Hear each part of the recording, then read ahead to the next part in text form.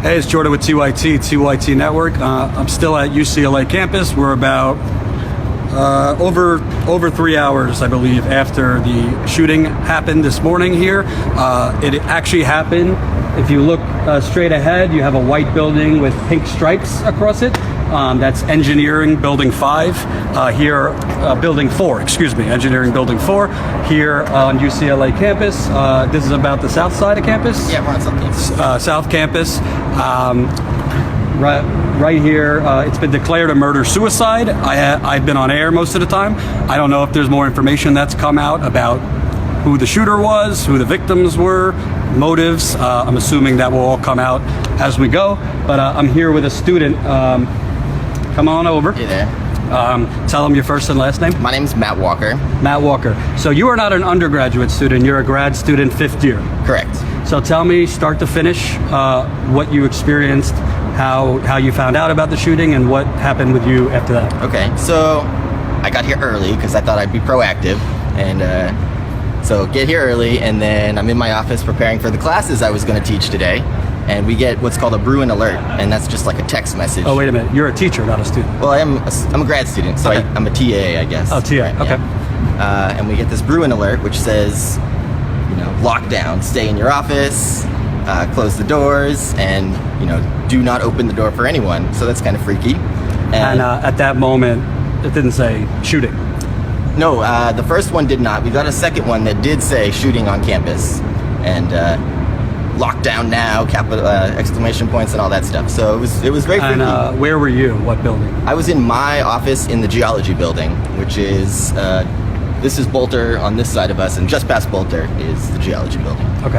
And for the audience, Engineering 4 building is part of Bolter Hall, or it's separate? Well, I think it's separate. They're all connected by these breezeways. You're gonna have to talk closer. Oh, sorry. To the camera. Yeah. So they're all kind of connected by these breezeways. You can kind of see here.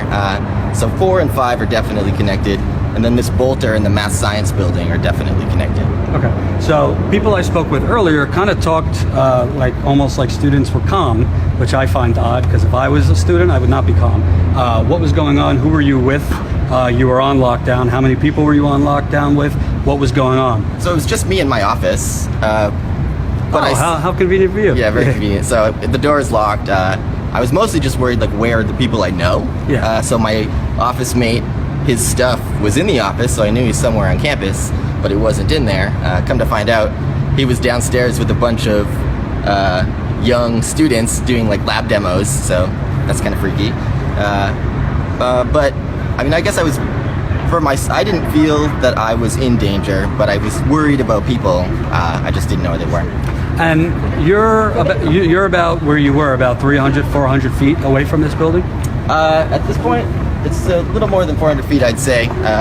It's just 2 buildings over at this point. So did you hear anything? Did you hear a gunshot or anything like that? I didn't. I walked up literally that street. I walked up that street close to 10 because, I had to start teaching at 11. So I did walk up, there's stairs there. And I didn't notice anything going on at the time, and I didn't hear anything necessarily. Okay, so you were pretty much chilling in your office for how long? I think we got the all clear 12:18 or something like that. Okay. Actually, 12:18 exactly is when the email came. So since during it you weren't around a mass of people, after you were cleared, what was kind of the mood on campus? Were people still trying to figure out what happened, or was it very clear once everybody was cleared to walk around, what happened? Yeah, I think, honestly, everyone I walked around just seemed kind of phased, dazed or whatever. Couples holding hands and all that. So people are worked up, for sure. But everyone was very calm. I'm not trying to be dramatic. I'm just curious. Did you see anyone crying? Did you see anyone frantically trying to figure out? I didn't personally, no. Okay. Yeah. Okay. And in terms of the murder-suicide, which came out a little after you were cleared, how did that start getting out there? Did you get an alert or? One of the emails, the final email we did mention that. Honestly, the best information I got was up Twitter. So there was a lot of misinformation on there, but Twitter picked up the murder-suicide thing pretty quick. There was police scanner records and stuff that people were following. And what was the alert that went out? From what did it say? Did it explain motives or No, shooter? no. There's no identities of anyone. There's no two males. That's about all we got. Okay. 2 males in an apparent murder-suicide, but Okay. Someone was wondering if you can do like a wrap up of like what's happened so far. Cool. Give me a second. So, if you're just joining us, I'm on UCLA campus. This is Engineering Building 4, white building with the pink stripes. Around 10 o'clock, this is where the shooting took place. We know that there were, it was a murder-suicide. We don't know yet, or we might know, and I'm on live TV and live internet, excuse me, and I don't, it might be updated, but I don't know the information since I'm talking to you. Murder-suicide, we believe it's 2 men. I don't know the motives. I don't know the identities of the victims. We don't know if they were actually trying to kill other people and were stopped. A lot of this information isn't out there. All we know is around 10 a.m. There were shots fired.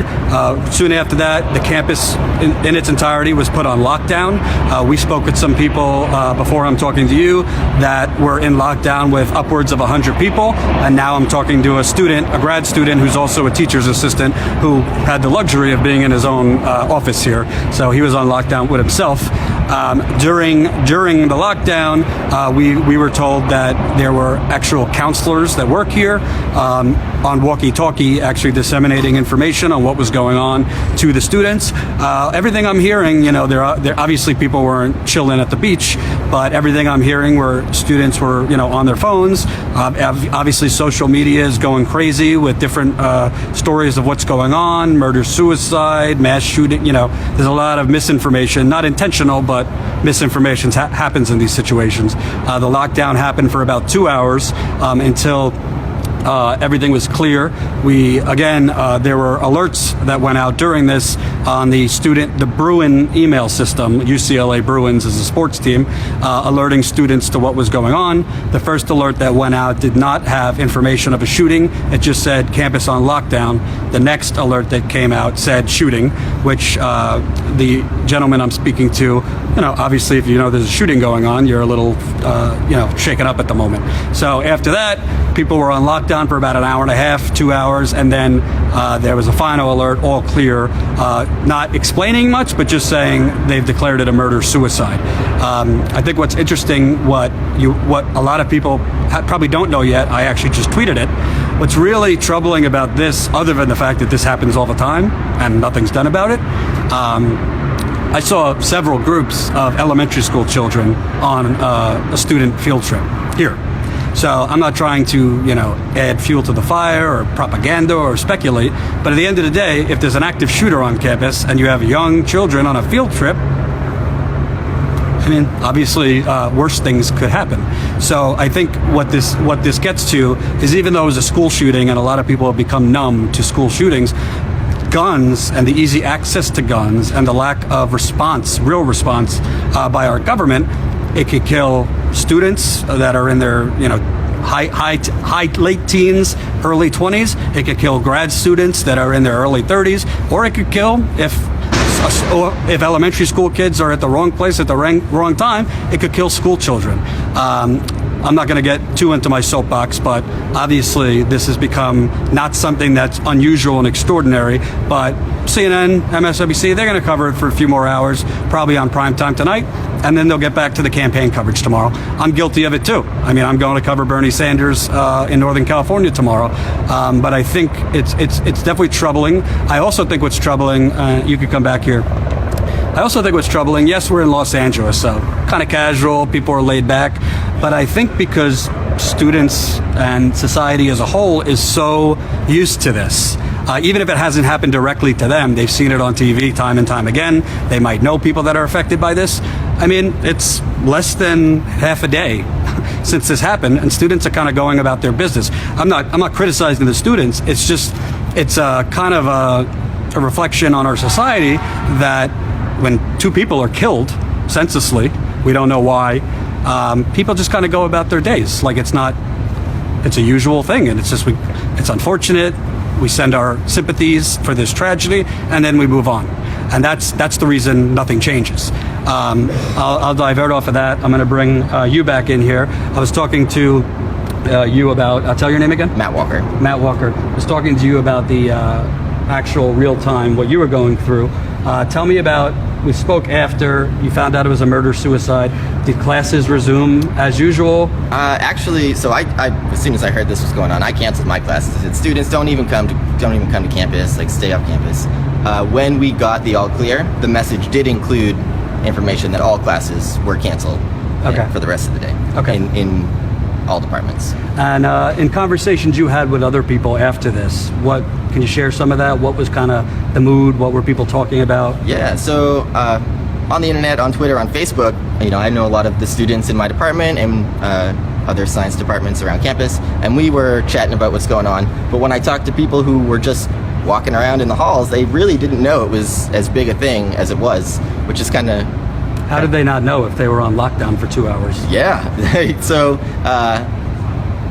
we're told you go into lockdown, but people were like, oh, I gotta use the bathroom. They'll get up, walk through the halls. So they were allowed to do that even on lockdown? So we didn't have like a guard at every door or anything. It was just basically a text message that implied we should not be near the doors, we should be in locked rooms, keep the lights off, try not to make a lot of sounds. But people do whatever they want, I guess. Right. Has there been, you can go if you want. Yeah. Where are you guys from? Sorry. The Young Turks.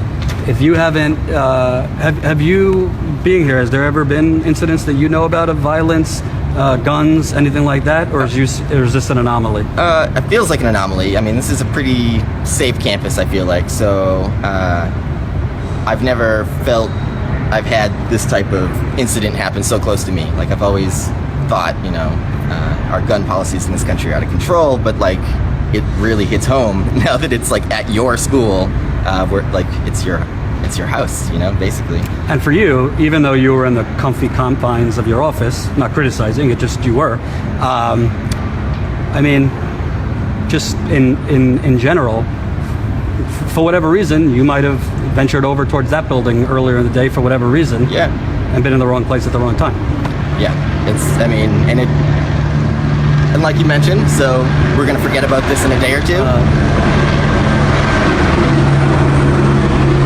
Our microphone went dead, so we gotta wait till the airplanes go.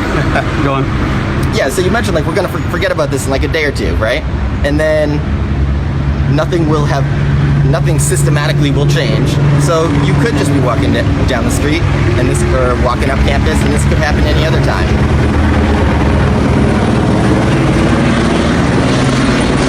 Lots of traffic today. Between the news helicopters and police helicopters, there's a lot of helicopters that have been going around for the last hour since we've been here. Now, I want to ask, because I don't really care if people criticize me. People love, after these shootings on Twitter, this and that, this is not the time to politicize. This is not the time to get into gun control. This is the time to find out what happened and mourn. I think it's the opposite, actually. I think this is the time. Forget politicize. This is the time to indignantly scream about the fact that this happens and nothing gets done. 90% want tighter background checks. There was an assault weapons ban in the 90s lifted by George W. Bush. I won't get into Hillary Clinton and Bernie Sanders because that's another story. But you're not an undergrad, so you got a couple of years, maybe a little bit more wisdom. Do you see kind of a pathway, even though this wasn't a mass shooting where you see 10, 20 students killed? Do you see any pathway where anything's going to get done?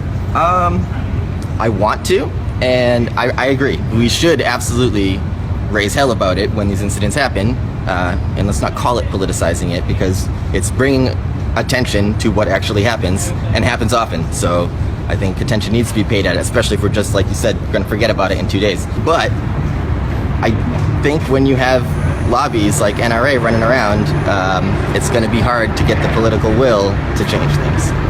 And I kind of want to make a point, and this isn't because I'm with the Young Turks, or I openly lean a bit more towards Bernie, but I'm saying this because I think it's important to understand.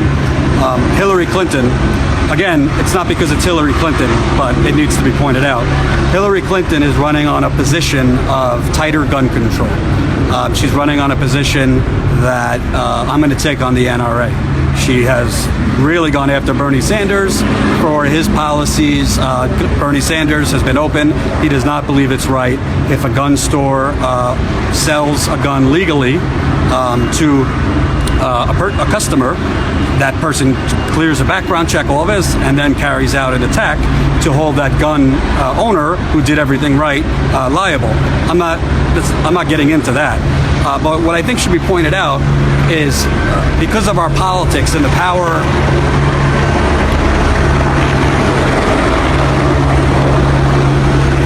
because of our politics and the power of advertising and setting up a narrative, most people don't know, particularly because cable news didn't say it, Hillary Clinton in March had a fundraiser with an NRA lobbyist.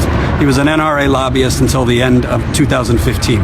So, as of 5 minutes ago, he's no longer an NRA lobbyist. I say that not to attack Hillary Clinton, but it's very difficult, even when you have Democrats talking about gun control, to actually credibly think anything's going to be done. Because whether it's gun control, Wall Street, whatever, our politicians say one thing on one breath and then go to their fundraisers the same night.